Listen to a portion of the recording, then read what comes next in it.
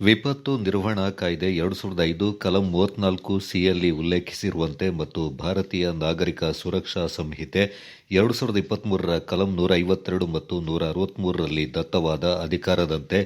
ಸಾರ್ವಜನಿಕ ಹಿತದೃಷ್ಟಿಯಿಂದ ಈ ತಕ್ಷಣದಿಂದ ಜಾರಿಗೆ ಬರುವಂತೆ ಮುಂದಿನ ಆದೇಶದವರೆಗೆ ಕೊಡಗು ಜಿಲ್ಲೆಯಾದ್ಯಂತ ಇರುವ ಜಲಪಾತಗಳು, ಝರಿ, ನದಿ, ತೊರೆ, ಸಾರ್ವಜನಿಕ ಕೆರೆಗಳು, ಅಣೆಕಟ್ಟು, ಜಲಾಶಯದ ಪ್ರದೇಶಗಳಲ್ಲಿ ಸಾರ್ವಜನಿಕರು, ಪ್ರವಾಸಿಗರು ಅನಧಿಕೃತವಾಗಿ ನೀರಿನಲ್ಲಿ ಇಳಿಯುವುದು, ಮುಳುಗು ಹೊಡೆಯುವುದು, ಸಾಹಸ ಚಟುವಟಿಕೆ ನಡೆಸುವುದು,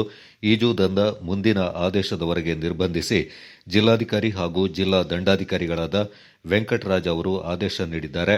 ಈ ಆದೇಶದ ಉಲ್ಲಂಘನೆಯ ವಿಪತ್ತು ನಿರ್ವಹಣೆ ಕಾಯ್ದೆ 2005 ಸೆಕ್ಷನ್ 51(ಬಿ) ಮತ್ತು ಸಂಬಂಧಿತ ನಿಯಮ,